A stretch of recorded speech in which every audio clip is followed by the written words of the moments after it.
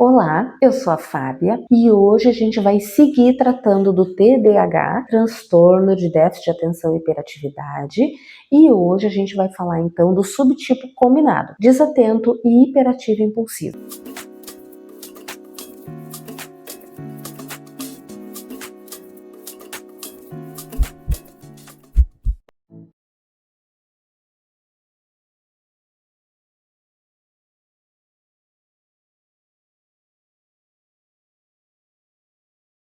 O que é, né, gente, esse combo aí? Esse combo, gente, ele vai envolver todos os sintomas do subtipo desatento, que a gente já tratou aqui, e ele vai envolver os sintomas, então, do subtipo hiperativo impulsivo, que a gente também já tratou. Só que esse combo, gente, esse combo é forte, tá? É muito comum quem tem o subtipo hiperativo impulsivo ter problemas de atenção, mas muitas vezes os problemas atencionais deles podem vir da falta do controle, né? Quer dizer, eles não param. Quem não para não foca, né, gente? Né? E nem sempre, então, eles vão ter essa questão da desatenção de uma forma mais grave. Às vezes a falta de atenção deles é justamente a falta desse controle corporal, que quando eles começam a conseguir fazer, a gente percebe que eles não têm o subtipo desatento, né? Então, às vezes tem uma confusão aí, né? Mas pode sim ter só desatento, só hiperativo impulsivo e esse combinado que é o nosso vídeo de hoje. No combinado a gente vai ter esse combo, então, esse pacotão, tá, gente? A gente vai ter um sujeito que tem dificuldade em selecionar o foco atencional, né? Eu já expliquei nesse vídeo sobre desatenção. Então é um sujeito que não sabe qual é o estímulo que ele tem que focar, ele não faz essa seleção sozinho. É a criança que tá na sala de aula, a professora tá explicando, a matéria tá no quadro, os colegas estão focados,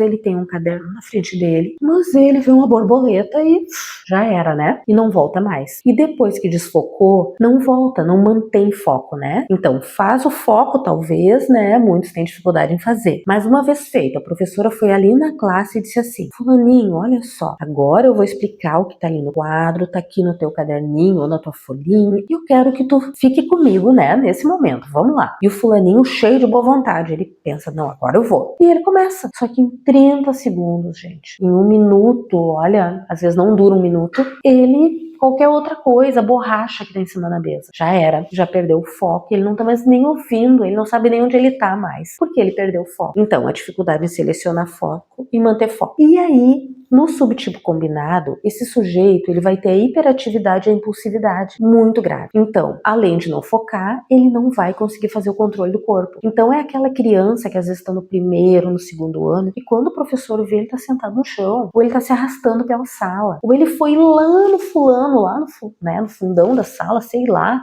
buscar alguma coisa que ele nem precisa, né? Ou ele lembrou de um assunto que ele quer tratar no recreio e quando vê ele já foi, né? Então, ele vai ter essa movimentação corporal, né? Aquela criança que tá se agitando na cadeira quando vê ela caiu da cadeira. Ela derrubou material da mesa, né? Quem nunca teve um colega assim, né? Ou um professor que nunca teve um aluno assim, que ele tá ali, ele tá se mexendo e daqui a pouco o estojo cai, daquele barulhão. É lápis, daqui a pouco eu não sei o que, daqui a pouco ele se vira pra mochila, deixa a mochila aberta, as coisas caem da mochila, né? Então, nesse subtipo combinado, a gente vai ter um combo bem complexo, tá? Porque tem a parte da desatenção, que essa criança não consegue fazer o foco e manter, então ela dispersa o tempo todo, e ela tem a hiperatividade. Então, junto com a dispersão, ela tem aquele excesso de movimentação. E aí a gente vai ter esses quadros. Aquela criança que passou 2, 3 folhas do caderno e não fez nada naquelas folhas, e quando vê, botou a data numa outra folha. Começou o caderno de trás para frente no outro dia. Ou então copiou só, sei lá, a data e não fez mais nada. Começou e não terminou, né? E ao mesmo tempo, ela se agita o tempo todo e ela tem a impulsividade.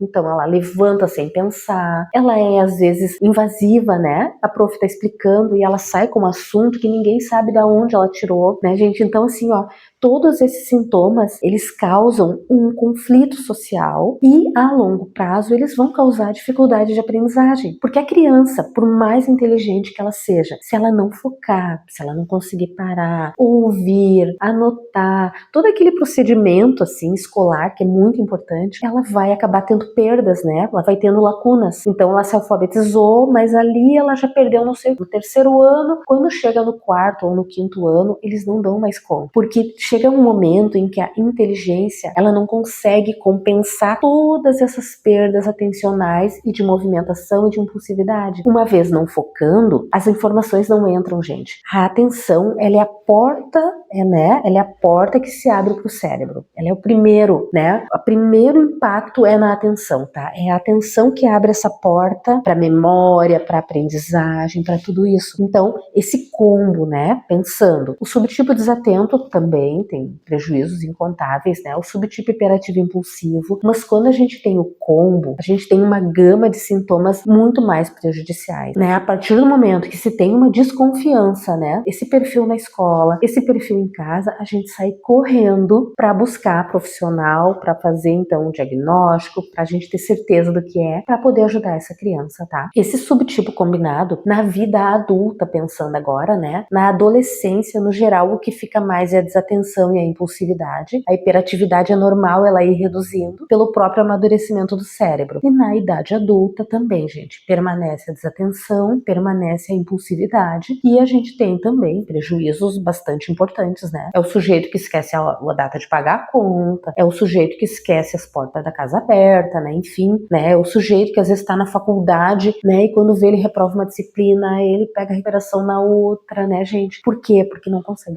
Então a gente vai ter, assim, uma série de prejuízos. Por isso que é tão importante o diagnóstico e, né, o acompanhamento terapêutico, às vezes medicamentoso, muitas vezes, né, medicamentoso também. Por isso a importância, né, tão importante diagnóstico, acompanhamento médico, terapêutico e educacional, né, e familiar, óbvio, né, gente? Então a gente precisa fazer um pacote, né, a gente precisa fazer uma redoma em torno desse sujeito, mas com o sujeito junto. São sujeitos inteligentes, são sujeitos, né, são sujeitos que falam por si, né, não são sujeitos que não têm voz, eles têm, né, então a gente faz um combo com o sujeito para que ele consiga, né, viver melhor nesse mundo, né, que é muito importante a gente prestar atenção, senão a gente se prejudica e quem tá no nosso entorno, né, igualmente, tá, gente? Então, o vídeo de hoje era sobre isso, sobre esse subtipo combinado, então, que é um subtipo bem, com sintomas, assim, bastante importantes, né, e a gente vai seguir, então, tratando de TDAH, a gente vai, na sequência, fazer mais vídeos, e para isso, eu gostaria muito que tu colocasse aqui nos comentários se tu conhece alguém com TDAH, se tu tem TDAH ou tem sintomas, né, e o que mais, assim, para ti, como pessoa, como ser humano, seria importante saber sobre esse assunto. Coloque aí que a gente vai fazer vídeo direcionado, tá, gente? Porque a intenção do canal é essa. É conhecimento científico, direcionado para quem precisa, com muito afeto, né? E sempre, né, nessa forma afetiva, da forma que a gente consiga fazer, então, né, essas ajudas, né, para melhorar a vida, então, né, dos sujeitos, das suas famílias, dos seus professores, né, da sociedade em geral. Um grande abraço e até o próximo vídeo.